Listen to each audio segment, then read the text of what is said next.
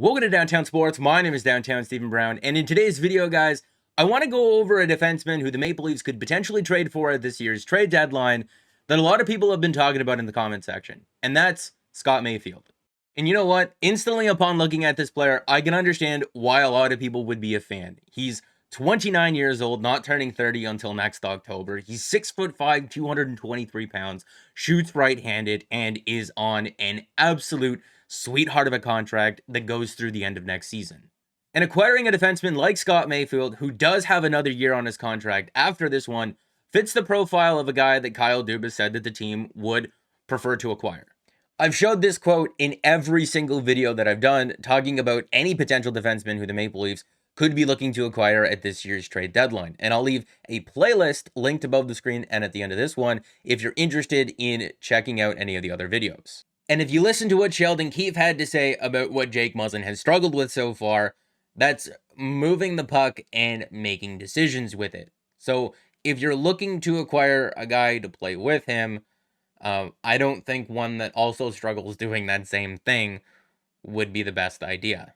But then there's been some rumblings and some tricklings and chatter about the Maple Leafs maybe not being able to acquire that top four defenseman, but more so looking for a Zach Bogosian type to shore up and bring some stability to that third pair while also adding some size and some toughness.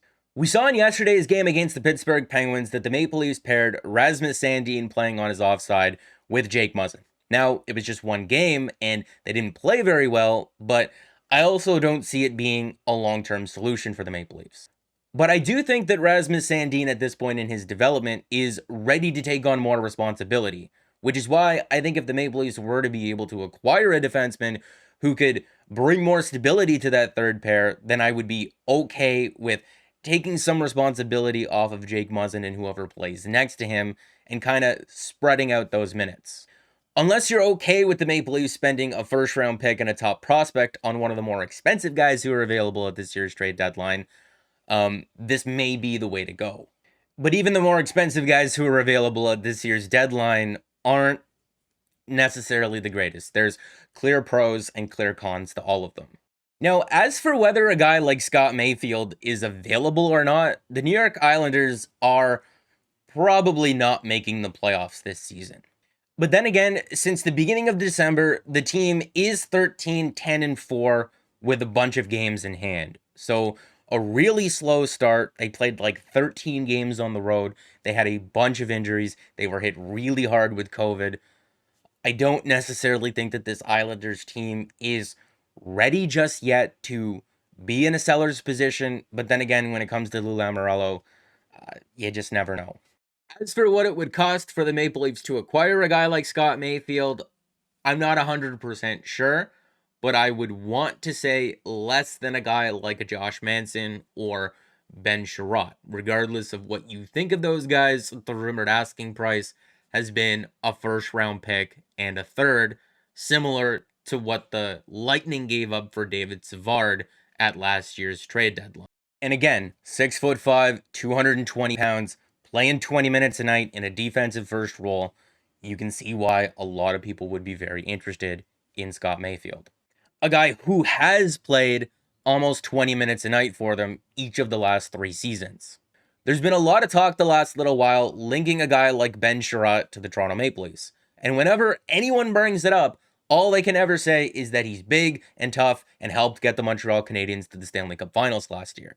But if you're looking for a guy who actually has good numbers and is big and tough and has played a lot of playoff games and a lot of minutes in those games, it's not Ben Sherratt. It's Scott Mayfield, who's played 41 of them over the last 2 years, over 21 minutes a night, throwing a lot of hits and blocking a lot of shots. If we're taking a look at who a guy like Scott Mayfield has played the majority of his minutes with this year, it's undoubtedly Adam Pelech. Pelech? I don't know. But he's also played a decent amount of minutes away from him as well, so that's definitely worth looking at. And if we're looking at his player card here on evolvinghockey.com, yeah, he's been a decent defensive defenseman who plays a lot of minutes at even strength and on the penalty kill as well.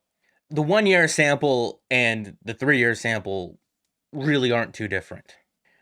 I see the low overall percentile score. I see that he adds almost no offensive value, but I see where he ranks in terms of his defensive play, and I like that. I'm perfectly okay with the Toronto Maple Leafs adding a very, very boring player to shore up their blue line. But I think this is where we need to be careful, because if we're looking at players who have played with and without Scott Mayfield this season, and we're looking at the guy who he's played the majority of his minutes with so far this year, we can see that Scott Mayfield has been not as good when not playing with Adam Pelech? I still don't know how to say it. If we're taking a look at his numbers here on puckiq.com against elite competition this year, there is no defenseman on the New York Islanders who spends a higher percentage of their ice time playing against the other team's best players. And he plays those minutes in a defensive first role. And in all of those minutes, playing against the other team's best players in a defensive first role, he's been able to not only control the majority of the dangerous Fenwick 4 relative to his teammates, but also just overall. And again, dangerous Fenwick 4 percentage, or DFF percentage, measures the quality of unblocked shots that a player faces when he's on the ice, not just the sheer volume of them. But again, how much stock do we put into his minutes playing with Adam Pelech versus without them? Because he definitely is better with him than without him, and Adam Pelech is pretty damn great. To be honest, it's really just going to depend on what you value more, quality of competition or quality of teammate, because Mayfield plays against really tough competition, but he also plays with really good teammates while doing it. I mean, I don't think he'd be playing 20 minutes a night on the Maple Leafs, because I don't think that they would break up Morgan Rielly and TJ Brodie, and Mayfield with Muzzin is not an option. He's not the fleetest of foot, and neither is Muzzin, and Mayfield's also not very good at handling the puck, and I don't feel like compounding what Jake Muzzin has struggled with this season by pairing a guy like Mayfield next to him. So if the Maple Leafs were to acquire this player, I think he would be playing next to Rasmus Sandin on that third pair. And at that point, if he's playing on the third pair in a bit of a lesser role, not as many minutes, does the gap between with and without Adam Pelech kind of close a little bit? Are you okay with that? I mean, a guy like Scott Mayfield playing with Rasmus Sandin sure would bring a lot more stability to that third pair, and the extra added bonus of having a guy who's 6'5" and throws a boatload of hits. But ebbs and flows, who knows? Maybe come playoff time during the first and second round, you catch Justin Hall during like that 2 or 3 week period where he's actually playing good and able to hold Connor McDavid off the score sheet for back-to-back games. Or you catch him slipping and sliding all over the place and falling on your goalie, and I don't know what to do at that point. At least in this scenario, if Justin Hall or Jake Muzzin, or even both of them, are not playing very well one game, you have Morgan Rielly, TJ Brodie, Sandin, and Mayfield to kind of lean on a little bit. Like I said earlier, I'd have more confidence in that than a third pair of Sandin Liljegren or Sandin Dermott at this point. You could explore maybe breaking up Morgan Rielly and TJ Brodie and pairing Scott Mayfield with Morgan Rielly and then TJ Brodie with Jake Muzzin, and then acquiring somebody else to play with Rasmus Sandin, and that would knock Justin Hall right out of the lineup completely. But again, Sheldon Keefe put the defensive pairings in a blender last night, but Morgan Rielly and TJ Brodie still remain together all game long. So I don't think that they're willing to break up that pairing.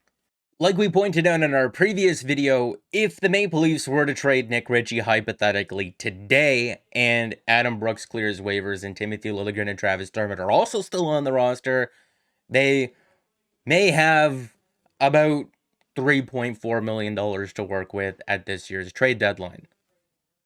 If you wanted to move a guy like Timothy Liljegren off of the roster because you don't think that he would be in the mix at the time that you acquire another defenseman, well then they may have a little bit more space to work with. You have to remember that the amount of effective cap space that you have available to you at the trade deadline allows you to acquire a player with a face cap hit value of about 5 times that amount. So hypothetically speaking, you only need about $1.35 million in effective cap space to acquire a guy like Mark Giordano at this year's trade deadline, even though he has a face cap hit value of $6.75 million. But as we showed in the previous video, the longer that the Toronto Maple Leafs wait to maybe deal a guy like Nick Ritchie or anyone on their roster to open up potential cap space, the less space that hypothetical deal would net them. And as a guy like Earl Schwartz on Twitter pointed out to me in the Leafs Nation group chat, if the Maple Leafs had ambitions of making grand moves at this year's trade deadline and acquiring big name players and big name salaries, they wouldn't rely on getting salary retention at the trade deadline. They would have just dealt Nick Ritchie immediately, because that would have freed up much more cap space, and then they wouldn't have had to have paid for all the salary retention. But as Elliot Friedman in a more recent edition of 32 Thoughts pointed out, while the Maple Leafs are working towards dealing Nick Ritchie right now, they may circle back to potentially moving out a guy like Travis Dermott or even Justin Holl, who they were shopping around a little bit earlier in the season, and a team who was said to have interest in both of those players was the New York Islanders. Both Dermott and Holl are signed through next season. So is Mayfield. Mayfield is on the Islanders. I don't know, maybe I'm reaching at things. And because 1.1 million of the $2.5 million cap hit that Nick Ritchie carries is already buried in the minors, trading away a guy like Travis Dermott actually frees up more cap space. And if you're acquiring another defenseman and moving one out, it's not really affecting your depth. So as always, let me know what your thoughts and opinions are on Scott Mayfield down in the comment section. Also, let me know what you think. Would you rather move out a guy like Travis Dermott to free up some cap space, or a guy like Nick Ritchie? I mean, I know that a lot of people pointed out in my previous video that Nick Ritchie is a guy who you'd like to have at least available to you come playoff time. And I do agree, but I'm also not going to repeat myself every single video. I said that the last time that I spoke about Nick Ritchie. I was just talking about the latest news. So, with that in mind, make sure to like the video if you did like it, and subscribe for more, because more is always on the way, and I'll talk to you again in the next one.